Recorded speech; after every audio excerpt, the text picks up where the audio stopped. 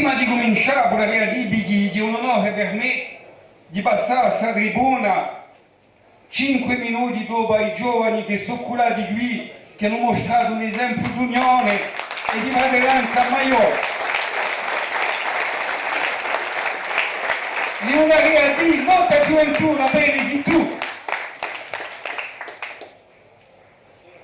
Un anno e mezzo fa, di giugno 2023, un fronte di liberazione nazionale di Agostica lampava una fiamma per la costruzione di una piattaforma patriottica e qualche mese dopo, a questa tribuna di giornate di 2023, in nome di un collettivo di anziani prigionieri politici patrioti, anche noi diciamo che eravamo pronti a partecipare a questa piattaforma e qualche settimana dopo, in Ajaccio di settembre, lampavamo una fiamma per domandare a tutti i patrioti da unirsi in corsi per creare una demarca nuova, basata sui fondamentali di un nazionalismo corso.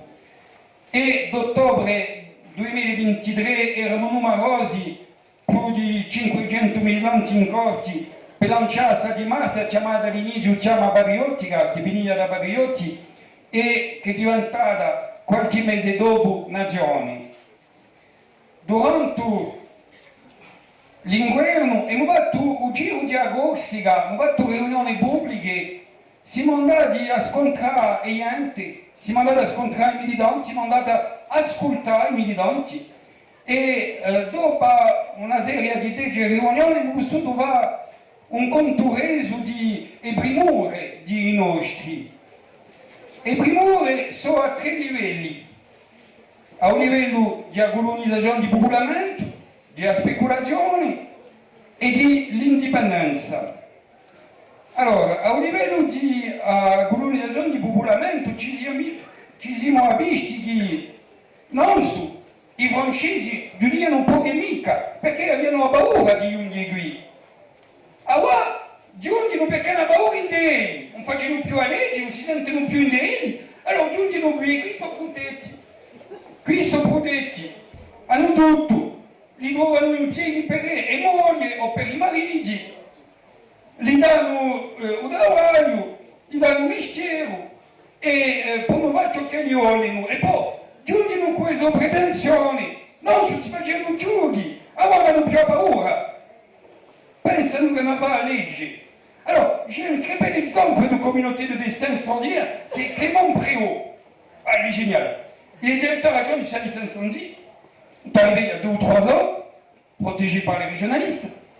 Sa femme a été placée à l'hôpital, et il passe son temps à empêcher les Corses d'avoir accès aux promotions auxquelles ils ont droit.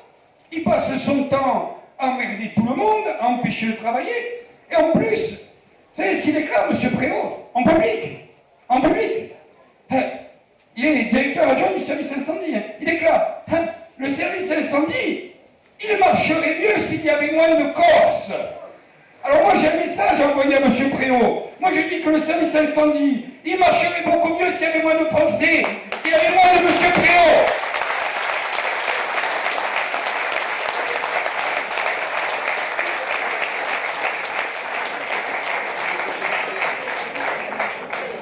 Les Génois parlaient de dishabitation. Ils voulaient nous envoyer à Gênes. Mussolini disait voglio la gabbia, ma mica gli uccelli. Je veux la cage, mais pas les oiseaux. Le rapport Glavany disait il faut décorciser les emplois. Moi je dis il faut défranciser les emplois avant che i volchesi. Fuori! Non ne volevo più! L'avevo un po' troppo!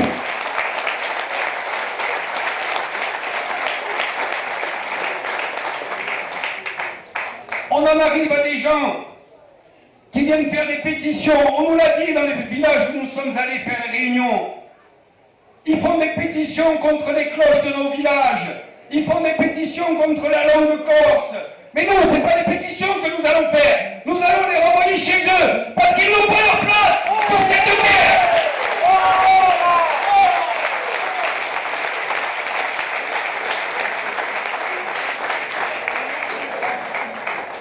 Et nous descendrons tous ensemble bientôt sur le terrain pour mettre en pratique. Après, le deuxième thème abordé, c'est celui de la spéculation immobilière. A seconda primura di corsi scontati. L'exemple parfait, le contre-exemple bien entendu parfait, c'est Portivecchio. 90% de la commune de Portivecchio, du littoral de la commune est urbanisé. Je parle du Portivecchio de la dynastie Roccasera, bien entendu. 90% urbanisé. On se demande comment ils font. Quand on prend la route des plages, on voit encore des grues. Ils sont encore en train d'urbaniser. Encore plus. Bientôt, ils vont dépasser les 100%. Je ne sais même pas comment ils font. Et ça continue à bétonner. Et personne, à part nous, ne trouvons à redire. Nous sommes descendus sur le terrain. Nous sommes allés chez la duchesse de Bavière.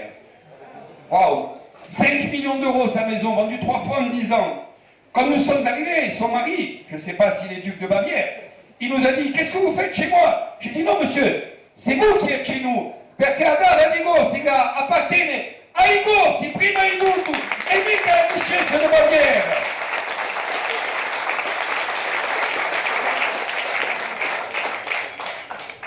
Appropriat, les jeunes nous ont dit, on a des sociétés qui viennent, qui construisent des immeubles entiers. On ne peut même pas avoir un logement en payant.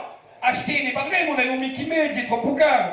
On ne peut même pas louer un logement. Ils ne les louent qu'à la saison hivernale, qu'à la saison estivale est consacrée au Airbnb, Booking et autres locations à la semaine.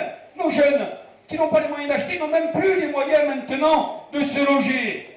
Ça, c'est inadmissible. Nous ne pouvons pas laisser la terre de Corse partir comme ça à des économies étrangères qui nous échappent totalement, avec des centres de vacances en Angleterre qui louent des hôtels entiers à des Anglais avec de l'argent qui ne vient même pas en Corse. Même les employés sont anglais. Allons-nous accepter cela encore longtemps? Non, nous allons nous battre tous ensemble pour rendre la terre de Corse en Corse, tout insieme.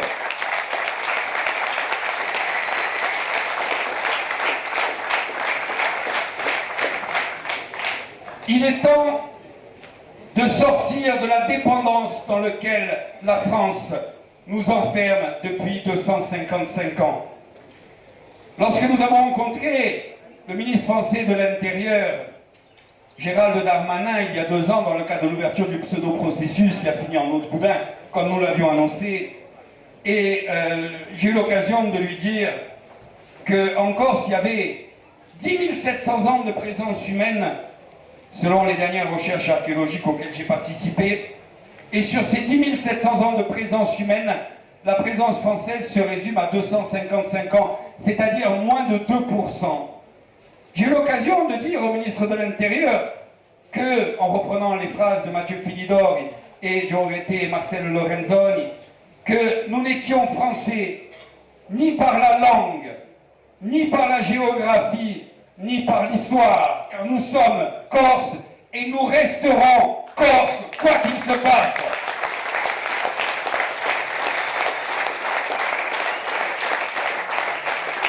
Il est impératif de sortir de cette dépendance économique dans laquelle la France nous enferme, orientant toute notre économie vers le port de Marseille et ses centrales d'achat.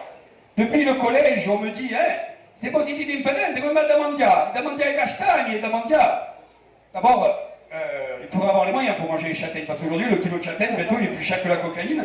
Mais au-delà de ça, nous avons largement de quoi financer notre économie. La TVA. TVA, vous savez que la France reverse 51% à toutes les régions, sauf en Corse. En Corse, nous avons qu'à 25%. Bacala per Corsica, disaient les Génois. Ils réservaient la morue qu'ils n'arrivaient pas à vendre à la Corse. C'est pareil pour la TVA. La TVA, on n'arrive pas à avoir les chiffres. Ça fait 50 ans qu'on demande à l'État français la balance commerciale Corse-France, on ne nous la donne pas. C'est une réponse en elle-même. C'est déjà une réponse.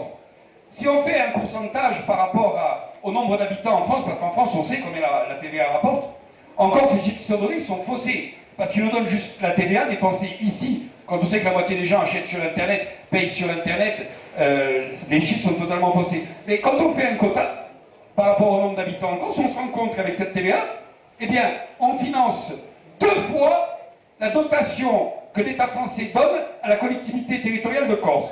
2 fois le budget de l'Assemblée de Corse. Si on regarde, là on a le vrai chiffre de la TIPP, on finance une 3e fois le budget de l'Assemblée de Corse. il est incalculable, mais si on fait état de l'épargne, il n'y a pas de banque corse, donc tous les gens qui mettent de l'argent à la banque, cet argent travaille pour les banques françaises, pour l'État français. Si l'on rajoute à cela les impôts que l'on paye, parce que quoi qu'on dise, nous payons des impôts, quoi qu'en disent certains, si l'on rajoute à cela tout ce qu'il est possible et imaginable, même les réseaux téléphoniques, nous ne sommes pas indépendants, nous n'avons pas de banque, nous n'avons pas de réseau téléphonique, les réseaux téléphoniques quand ils s'installent sur un territoire, ils payent à l'État. Si l'on rajoute l'ensemble de ces taxes qui sont payées par la Corse, nous avons largement de quoi financer notre économie, de quoi financer un État avec ses fonctionnaires, de quoi financer les retraites. D'ailleurs, s'il n'y avait rien à faire au niveau économique en Corse, pourquoi toutes ces grandes franchises que nous voyons débarquer tous les jours débarqueraient-elles sur notre terre chaque jour, chaque semaine, un peu plus nombreuses? Bientôt, il n'en manque plus, elles y sont toutes. Donc, nous avons un message très simple, et c'est pour ça que nous avons participé à la création de Nazione.